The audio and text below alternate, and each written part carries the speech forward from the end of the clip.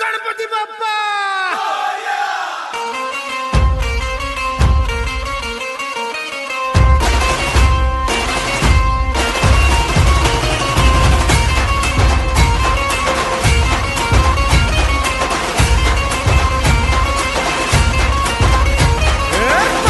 नमन करुणी वंदन इडा मांडून इडा देवाला इडा गावाला इडा पाटलाला इडा मंडळीला